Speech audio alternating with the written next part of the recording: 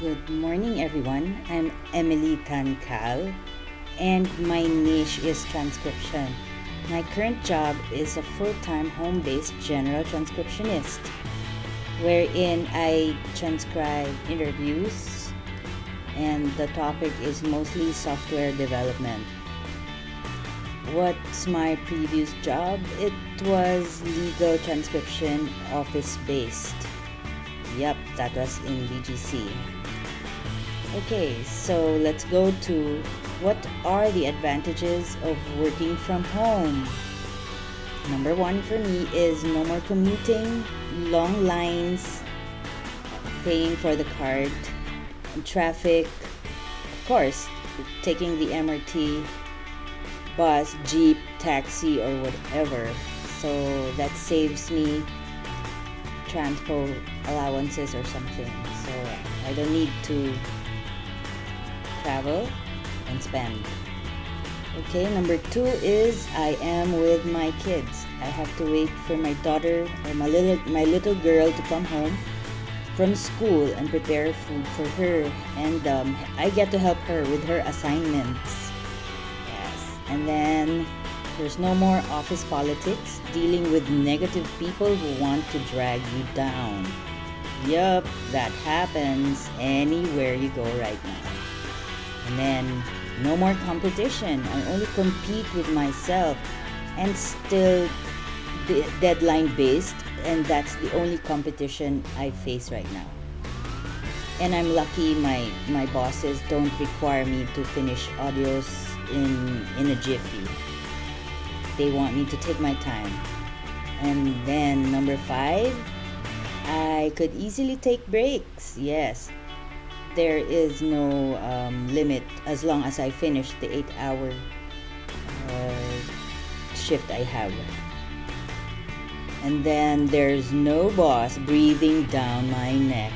Actually, in offices these days, there are no bosses who breathe down on your neck.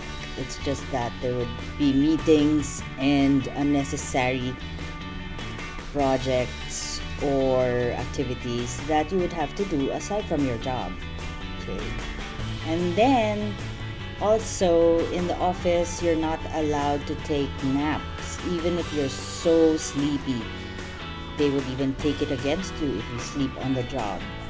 And so number 7 for me is take a nap whenever you like, and that's what I do, and that's really very helpful. If only offices would recognize that. Okay, so what is my advice to all aspiring work from home professionals? Number 1 for me is be tough. Sometimes clients could be unforgiving. It's alright to have onion skin, but we must always be up on our toes and tell ourselves that we have to move on.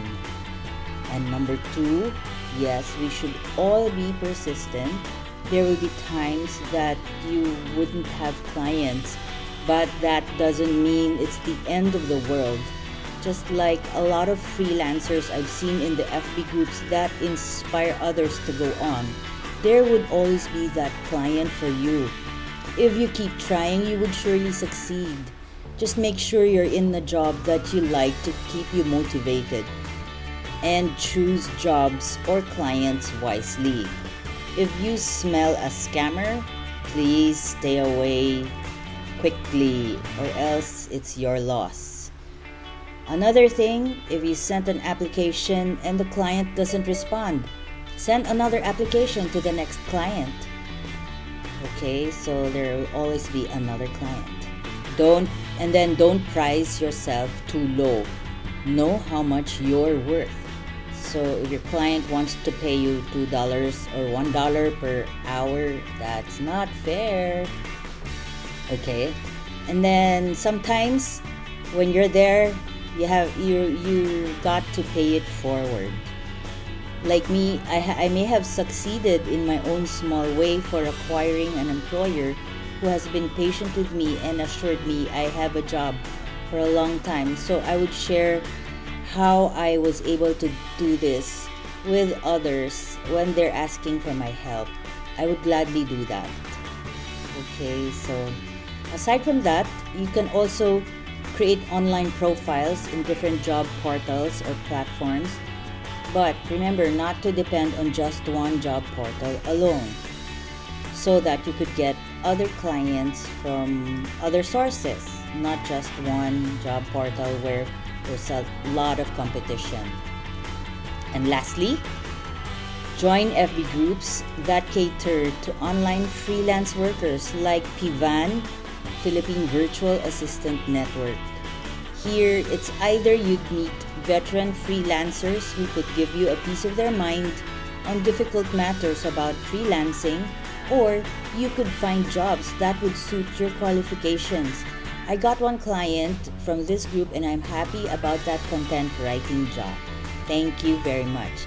And at this point, I'd also like to thank you for your time watching this video. Good luck and happy job hunting!